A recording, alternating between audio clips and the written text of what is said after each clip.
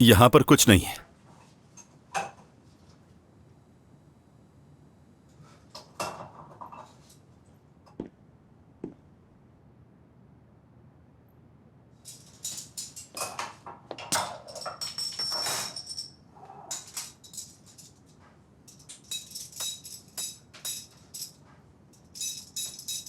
क्या हुआ?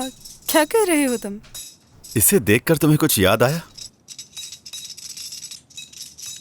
जो मैंने कीड़ा पकड़ा था बिल्कुल वैसा ही है ना? प्लीज मेरा मजाक मत उड़ाओ।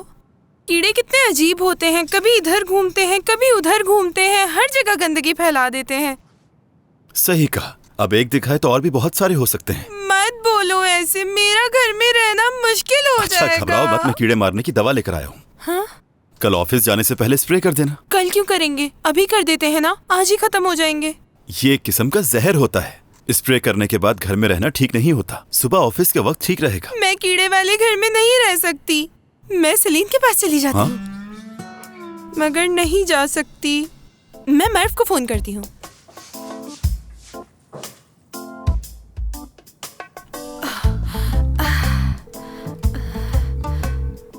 आई होप उसका फोन साइलेंट पर ना हो।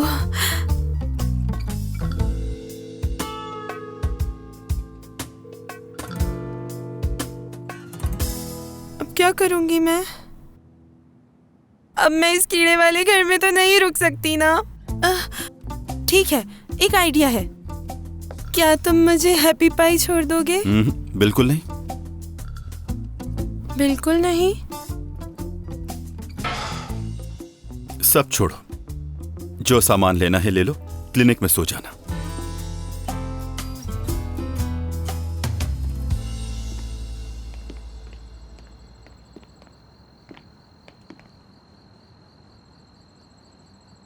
डमी, सूटकेस कहाँ है तुम्हारा? मैंने वहीं रख दिया है। याद से उसे वापस अपनी जगह पर ही रख देना। तुम्हारे बाबा पहले से देख चुके हैं उसे वहाँ। कपड़े अपने साथ क्यों नहीं लेके गए? तुम्हारे अम्मी और बाबा के आने का मुझे किसी ख्वाब में पता नहीं लगा था। मालूम होता तो पहले से तैयारी न कर लेता। हाँ जरूर कर लेते। अब मुझे चलना चाहिए। तमीर बात सुनो। क्या हुआ? तुमने कहा था कि कोई जरूरी बात है, तो क्या वाकई कोई संजीदा बात है? मुझे नहीं मालूम। यिल्दिरिम साहब से बात करके ही पता चलेगा कि क्या मामला है। उन्होंने बुलाया है? तो तुम यहाँ खड़े होकर बातें क्यों कर रहे हो? जाओ ना उनके पास। और हाँ, ये प्रेजेंटेशन तुम बना पाओगी ना? क्यों नहीं बना पाऊंगी मैं? हाँ? देखो सेलिन, अगर ना हो रहा हो ना तुमसे काम तो मुझे बता देना, मैं खुद कर लूंगा। ओह, ज्यादा होशियारी दिखाने की जरूरत नहीं है तुम्हें।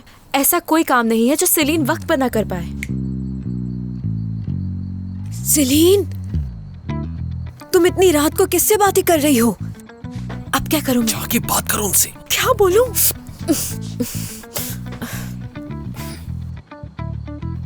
अम्मी, मैं रिहर्सल कर रही थी प्रेजेंटेशन की। आप सोई नहीं क्या अभी तक? तुम्हारे बाप के खराटे सोने दे तब ना। चलो जाओ, तुम भी सो जाओ, बहुत देर हो गई है। जी ठीक है अम्मी, गुड नाइट।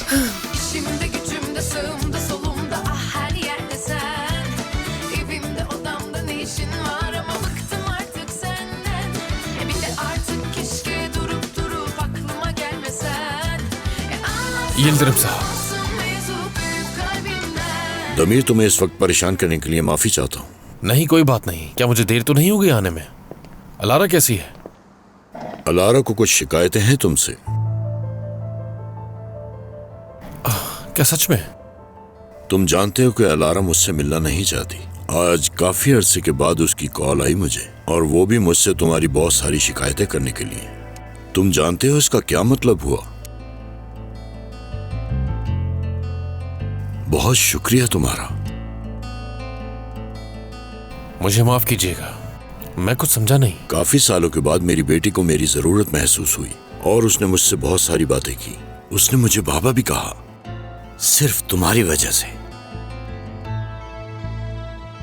यिल्दिरिम साहब, बहुत माजरत चाहता हूं अगर अलारा को मेरी कोई बात बुरी लगी हो। मैं उससे इस बात की मुआफी भी मांग सकता हूं अगर आप मुझसे कहें तो। उसको दुख पहुंचाना मेरा मकसद नहीं था। परेशान मत हो, उसके बारे में बात नहीं कर रहे हम। हाँ, मुझे लगता है कोई गलतफहमी हो गई है। मेरी बेटी की हरकतें बिल्कुल बच्चों जैसी हैं, लेकिन वो काम इतनी जहानत से करती है कि तुम्हें लगेगा कि जैसे बहुत काबिल है, लेकिन दिल के मामले में वो एक मासूम सी लड़की है। लेकिन वो थोड़ी सी जिद्दी है, तुम्हें मुश्किल हो सकती है लेकिन मुझे नहीं। आप मुझसे क्या कहना चाहते हैं? अगर तुम उसके साथ रहोगे तो मेरी और मेरी बेटी के बीच में जो नाराजगी है वो हल हो सकती है। मुझे तुमसे पूरी उम्मीद है। यिल्दिरिम साहब, मैं आपकी कही हुई हर बात की बहुत इज्जत करता हूं, लेकिन इस तरह फर्जी रिश्ते बहुत दुख पहुंचाते हैं बाद में, और मैं अलारा को कोई दुख नहीं पहुंचाना चाहता। दमीर, तुम्हें क्या लगता है कि मैंने इस बारे में सोचा नहीं? तुम एक काबिल लड़के हो, तुमसे अच्छा लड़का मिल ही नहीं सकता मुझे।